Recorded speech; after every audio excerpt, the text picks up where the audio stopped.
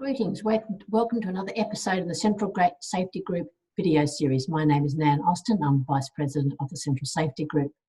I'm giving a video presentation of a talk I made last year after returning from 4 years in New Zealand, and I hope that I can inspire you to also look across the Tasman as a future career option.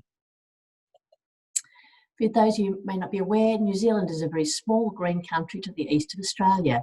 It has a population of almost 5 million people.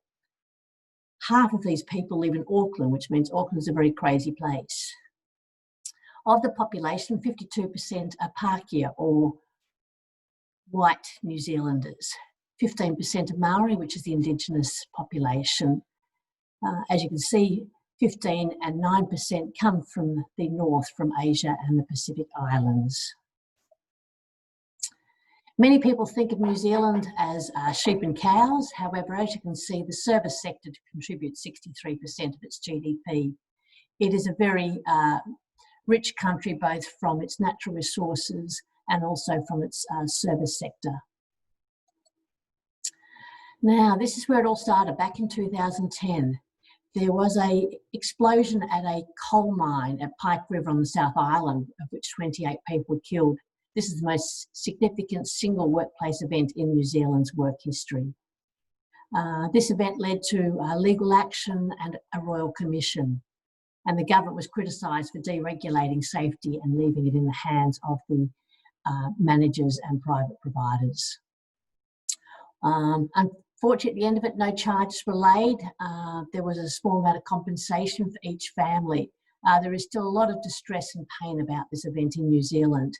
The mine did get reopened in 2019 to recover the bodies, but that action has still not yet been completed because of the complexity of the single entry mine. So leading on to what did the government do about it following Pike River? They introduced a new Health and Safety Act in 2015, which came into effect in April 2016.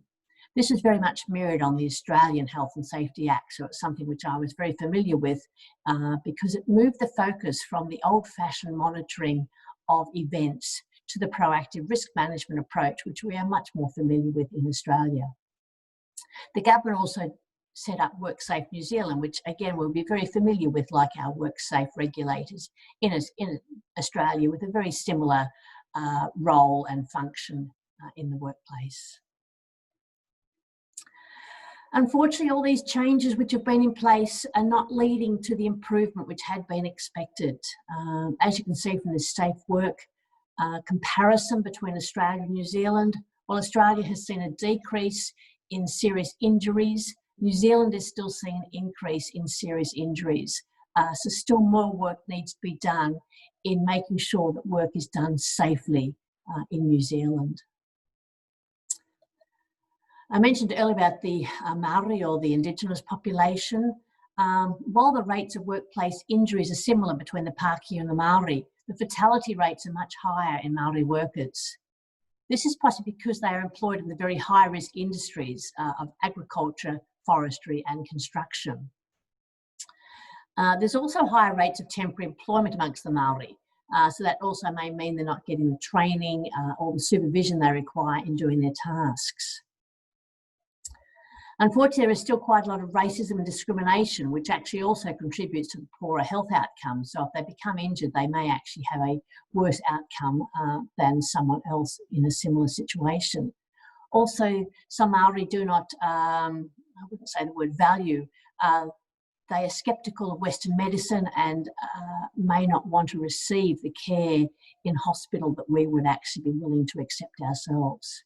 They are very much a colonised people, which comes with all the low socio-economic aspects of loss of land and wealth. And there's still a way to go to actually have some equality in the country for the Māori. In New Zealand, there's a single accident compensation corporation, which acts as the work cover provider, for want of a better word.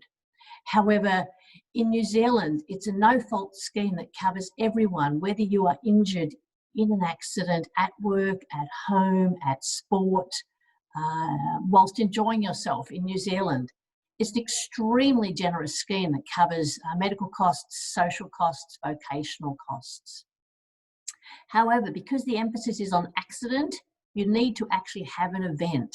So mental health injuries are very poorly covered unless these actually arise from an actual accident as a secondary cause. And as note there, the claims can be made up to 12 months after the injury. So again, just an extremely generous scheme. I really don't know how a small country like New Zealand can afford the costs that come from this public cover. This is a quote from the current Minister of Public Relations and Safety, acknowledging the amount of work that still needs to be done to actually improve the workplace safety in New Zealand to prevent deaths and serious injuries. So to try and achieve some of these improvements, a health and safety strategy has been developed. Interestingly, there's a very strong focus on health. WorkSafe New Zealand has identified there's 600 to 900 persons injured by the health aspect of safety. That's silicosis, it's the cancers, it's the illnesses that come from being at work rather than the injuries. So that is a very strong focus for New Zealand. On the positive side, they are trying to encourage worker participation, which is again we're familiar with, get the managers and leaders involved in the health and safety discussion. That certainly is occurring at very high levels. The other one is to lift the capability of health and safety practitioners. I was shocked when I went to New Zealand of the quality of the reports that were coming from health and safety consultants. So that certainly is something which requires substantial work throughout the country. The last point there, which is developing better insights to improve data decision making. New Zealand, I've seen some very good safety software systems. Eco Portal and Safe 365 are two that I've looked at very closely. And I'd certainly encourage that you also have a look at some of the excellent data management systems which are coming out of New Zealand. It's very exciting. So if you do want to move to New Zealand, as an Australian, there's no visa. You can step off the plane and start working. There's no restrictions on renting or buying property. And there's also no capital gains tax in New Zealand at this present time. You're eligible for the employer and government subsidised superannuation, although this is very low compared to Australian rates. You're looking at 2 to 5% superannuation. You have access to the publicly funded healthcare, which is a very good healthcare service. And if you are studying, you're classified as a domestic student, which is much cheaper than being an international student for study, though you will incur a HECS debt. Interestingly, since 2015, there's been more Australians moving to New Zealand than New Zealanders moving to Australia. This is possibly because of the greater wage parity which now exists in New Zealand and the benefits which do come from actually living in New Zealand, because it is a very beautiful country. However, this will have to wait because at the moment, because of COVID-19, the New Zealand borders are closed to international travel. Unless you actually are working on a major government-approved program or a significant regional program, you will not be able to enter the country until at a later date. But think about it, look at the newspapers, look online, and if you would like to talk more about it, happy to continue the discussion by phone or email. And please also look at the csg.com website for more videos in this series. Thank you very much.